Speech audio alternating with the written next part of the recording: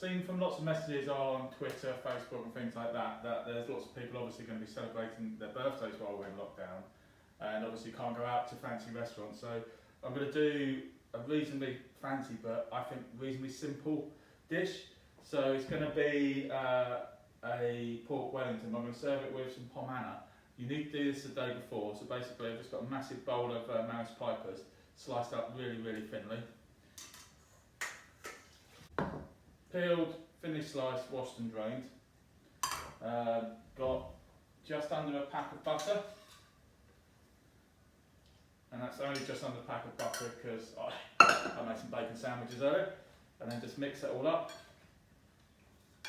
Reasonably deep bacon tray, because what you're going to do is you're going to bake this in the oven and then press it down overnight, and it sets like a potato cake, and then cut slices of it and just fry it off tomorrow to go lovely with the pork. So just get your hands in one layer.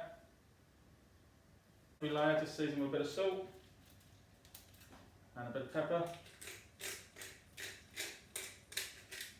and just keep doing that. That in the oven for about an hour and a half. Basically what you want to do is get to, and it's, as you can see, it's lovely and golden. You could eat it like that now, but I want to cut it into nice slices tomorrow. Just see, knife goes in, comes straight out, nice and clean. So what you need to do now, put a piece of paper on it, press it down, and then you want to put some weight on it. So I've just got some packets of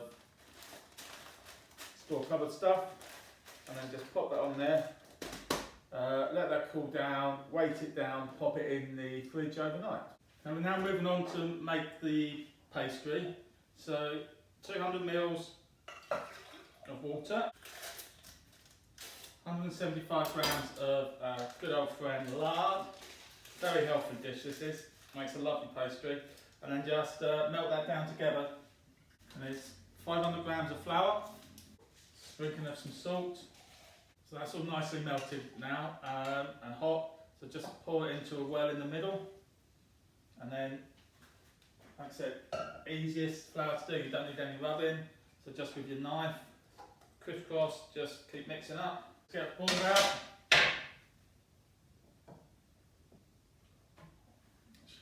It's still a bit warm. And then just work it into a dough. Nice dough that you can leave to rest, wrapped in cling film for about half an hour at least. It's time to start work on the pork fillet. Just want to trim it down so it's a nice shape and size, and then just trim off all the sinews. Keep that, that's going to help give some flavour to the sauce. Once you've trimmed that down the best you can, salt and pepper both sides, hot pan, hot oil, and then you just want to brown it on both sides, and then leave it to cool. Do a lovely sage and onion, I think that works really nicely with pork, sage and onion puree. So I shall pop them on and cook them very slowly for an hour. The onions have been cooking down nicely for about an hour. So I'm just going to pop in a little bit of cream just to cover up the onions. Pop in a couple of bits of sage, and then just bring that quickly, probably just a little bit more cream, just up to the boil, and then turn it off and just let all the flavours sit and steep. And make a little bit of a sauce to go with the pork. It's really quick and easy. Take a couple of shallots.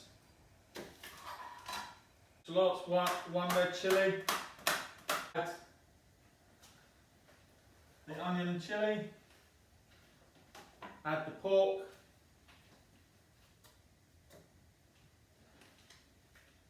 And then just cook for a minute or two. Add a pint of chicken stock, a few fennel seeds and a star anise, and then just cook that down until you've got a really lovely glossy sauce. I actually decided to put a bit of cider in it, mainly because it gives me an opportunity to open a cider. So just deglaze the pan with a little bit of cider. Not too much because cider is good. We wrapped in the pastry, but obviously there's some prosciutto. I'm just going to do a sausage meat and black pudding stuffing, roughly half and half, and just break that down into a nice stuffing. Okay, so let's roll out your dough. So slightly bigger, rolled out slightly bigger than your piece of pork. So that's just been sitting there. It'll take about, that should be sufficient dough I think. And just roll it out. It's a really lovely, easy dough to work with. So lay your hand on the pastry overlapping. Take some of your stuffing. And again, just flatten that out.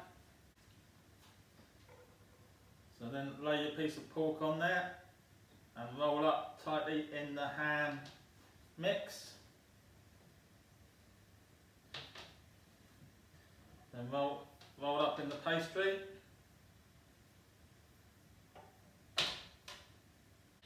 There you have your shaped Wellington. Pop that on a baking tray. Bake in the oven. Sage leaves. There were 2 little bits of sage in there. And then just put the onions, the cream, that's your puree. If you want to be really fancy, you can strain that now for a sieve. It's cabbage with a little bit of bacon. Thinly slice some cabbage, wash it, quickly boil it. Is a lovely potato cake. And now I just want to cut that into the shapes you want to cook with. That's a little bit of chicken stock that's just reduced down. Pop a little bit of butter in the pan and then just fry off the potatoes, get them nice and crisp and golden. Just blanch that very quickly. It's going to sit there. Got a lovely bit of smoked bacon. Just going to cut that up into some small cubes. Quickly just fry off those bits of bacon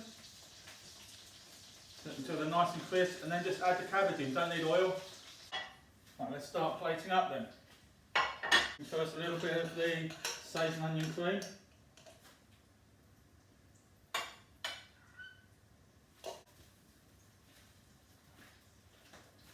A slice of the lovely potato. A lovely little spoonful of bacon and cabbage. Take a little bit of the lovely stock sauce.